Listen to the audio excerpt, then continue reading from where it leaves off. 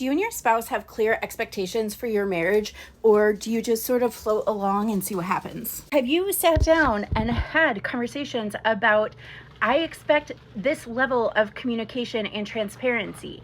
I expect this level of support and stuff with household and domestic labor. I have these sort of boundaries surrounding the use of my body.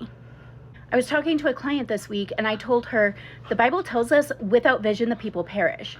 And when we fail to clearly communicate our expectations and our boundaries in our marriage, your marriage is just kind of bumping along in the dark, and you guys are not going to have great communication. You're not going to have good intimacy because you don't know what the other person actually expects of you.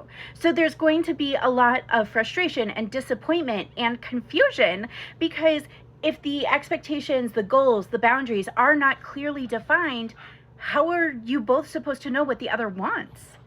This is all part of communication and commitment intimacy, part of the 12 types of intimacy that I talk about for healthy marriages. And so I'm going to suggest that you guys have a working date and you sit down and you set out clear expectations for things like communication and finances and any other thing where you realize I have an unmet expectation here, but I've never clearly communicated that expectation. And now I need to. Go have good intimacy.